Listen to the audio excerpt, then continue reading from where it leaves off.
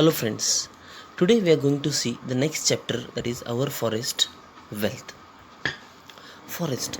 Forest is a large area of land covered with trees, plants, grasses, shrubs, wildflowers and many more. Climate, soil and water determine the kind of plant present in the forest. There are different kinds of forests and every forest has its own system, its own type of trees. So plants in the forest grow naturally, therefore they are referred as natural vegetation. Now, how does this forest helps us? It gives us a range of useful products from timber to medicines.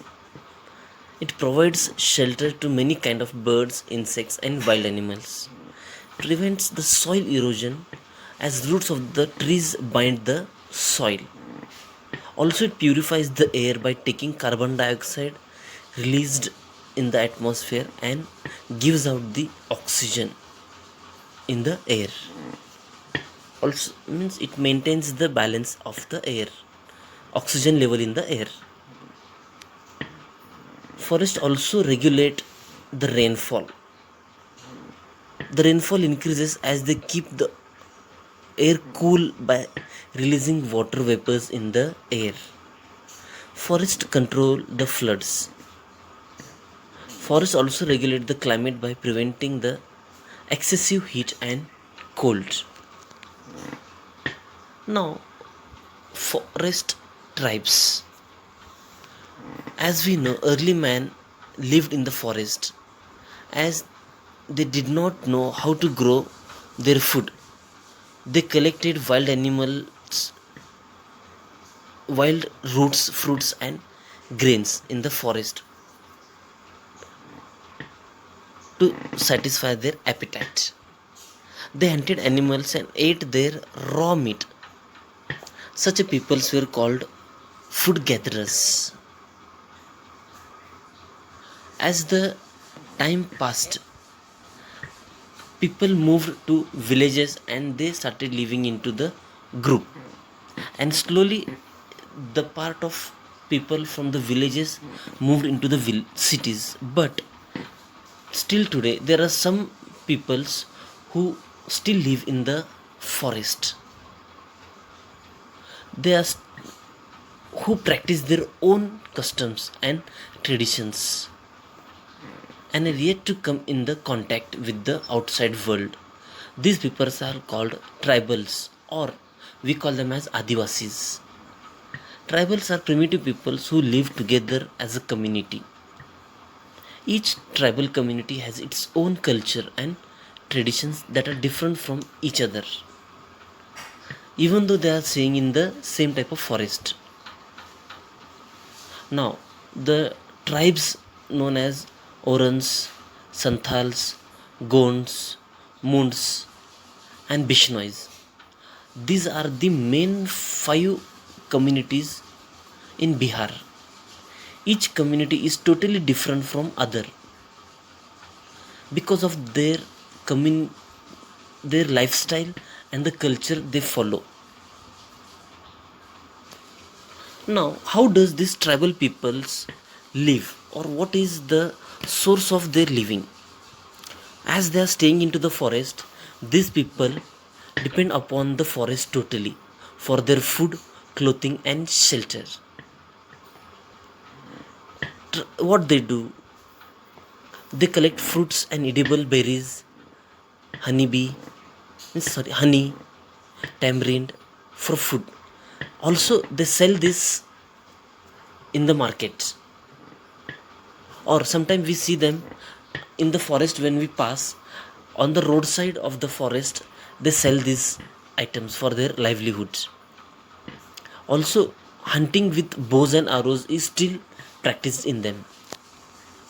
Making useful items from raw materials obtained from forest, such as brooms, ropes, basket, leaf, plates, and mats. The main thing of this tribal people is Even though they are staying into the forest, they never harm any type of trees. They only used the fallen parts of the trees for their survival. Like cutting off trees is banned for them by themselves. Deforestation. The large scale cutting down of trees due to various activities of man causes deforestation. Deforestation has caused many problems like floods, landslides, droughts, reduction in the amount of rainfall, soil erosion, and increased temperature. Also, animals and tribal peoples are facing the threat of eviction from the forest because of the uncontrolled cutting of the trees and uncontrolled cutting of the forest or reducing the forest area. Today we are facing these type of problems. Now, if we continue with the same, we may have the biggest problem. So we need to conserve the forest. The deforestation is caused in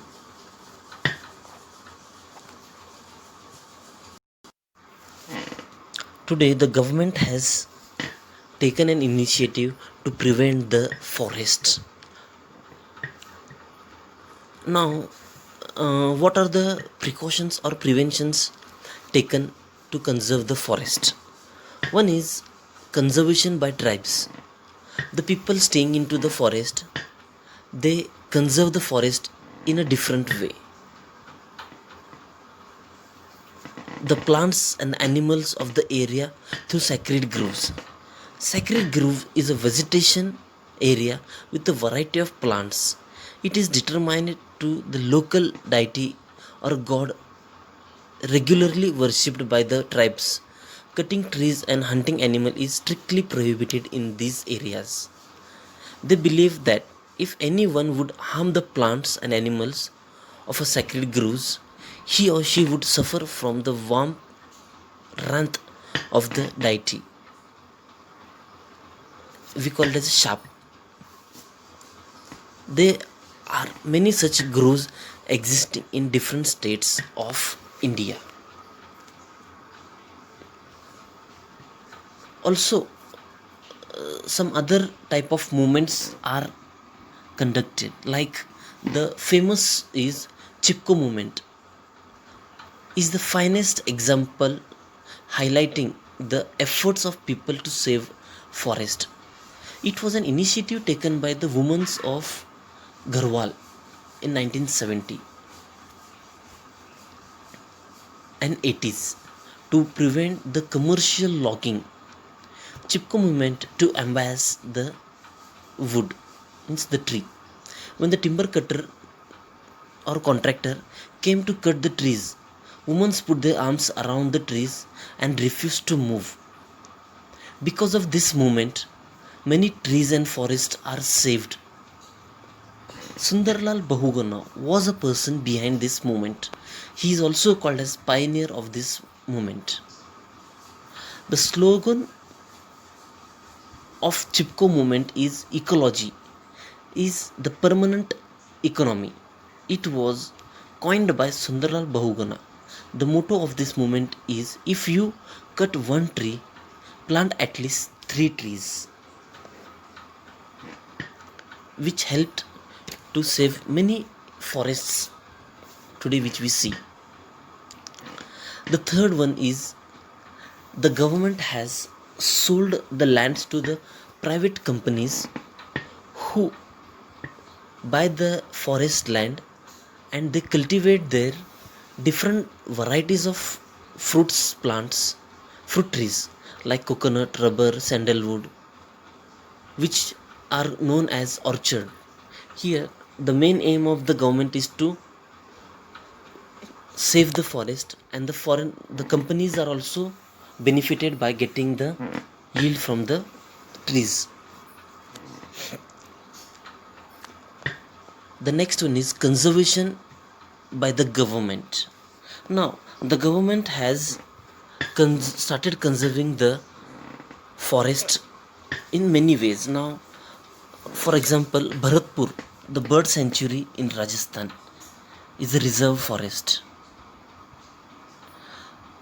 Periyar sanctuary in Kerala, Mudumalai sanctuary in Tamil Nadu, Jim Corbett National Park in Uttarakhand, Gir National Park in Gujarat, Manas Biosphere Reservoir in Assam, and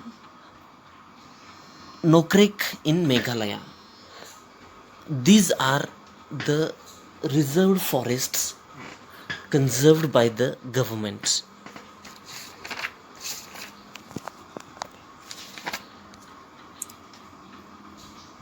Now, Corbett National Park is reserved for tigers. Bharatpur Bird Sanctuary is reserved for various kinds of birds, and Manas Biosphere is reserved for the elephants. The government also celebrates many types of important days to conserve the forest, such as Earth Day on 22nd of April, World Environment Day on 5th June, one Mahotsav in the month of July. In lakhs of saplings are planted all over the India by the school children and other people. Those who plant sapling also pledge to take care of these saplings. So these are the movements through which the government is trying to conserve the forest with the help of the people staying into the nearby areas. Has started conserving the forest in order to protect and prevent the wildlife varieties of plants and animals. The government has set up numerous wildlife sanctuaries, national parks, and biosphere reserves. There are some examples like Bharatpur Bird Sanctuary in Rajasthan is reserved for birds. Periyar Sanctuary in Kerala and Mudumalai Sanctuary in Tamil Nadu. Corbett National Park in Uttar Pradesh. Gir National Park in Gujarat. Manas Biosphere in Assam and Nokrek in Meghalaya. Bharatpur is Reserved Bird Sanctuary. Periyar Sanctuary PNP is reserved for or famous for Elephant Reserve. Mudumalai Sanctuary in Tamil Nadu is reserved for tigers. Jim Corbett is reserved for lions. In reserve for Bengal tigers. Jim Corbett is the oldest national park in India. Gir for lions. Gir National Park in the Gujarat is for lions. Hunting of animals or cutting of trees is strictly prohibited in these areas.